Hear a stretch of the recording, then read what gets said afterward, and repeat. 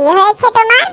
আরে হাঁস, আমার আবার কি হবে? আমার কিছুই হয়নি, এমনিতেই এখানে হাঁটাহাঁটি করছিলাম।